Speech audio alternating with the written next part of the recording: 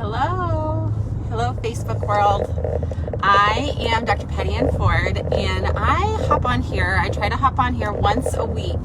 I call it Wellness Wednesday, and it's been pretty fluid in terms of the timing on Wednesday, and so I want to be a bit more committed and nail down a time so I can show up for you weekly. So to be determined when that time will be. But I titled this live, "What is your favorite food? And does it make you feel like crap?" I was at a coach's retreat this weekend, and there was a scientist there who really hones in on tastes of food. And of course, it piqued my interest.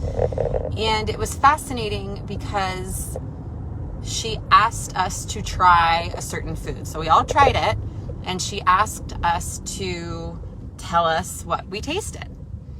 And there was a list of about 15 reactions or answers. And I want to tell you 90% of what people tasted was emotional. And she didn't really prompt it or, kind of diagnose it or anything. But as I was observing, the food was a cookie. It was an Oreo cookie. And many of the answers were guilt, addiction, shame, I want more. It was all of these emotional reactions. There were several tastes like chocolate or vanilla or things like that, but it was a really interesting observation. So I want you to think about your favorite tasting food.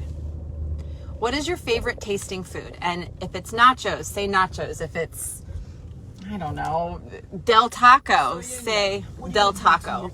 And try to see if that causes an emotion. And if that emotion makes you feel like crap, like I feel guilty usually isn't a fun emotion, ask yourself what's going on. At what point in your journey with food did your favorite tasting food cause you to feel guilty? Who told you that was a bad experience? Who told you that was harmful? And get curious about it, because food and taste is meant to be enjoyable. And if there's anything beyond that, something's going on with your relationship with food that's probably not serving you. Okay, happy Wellness Wednesday. Thanks for being here.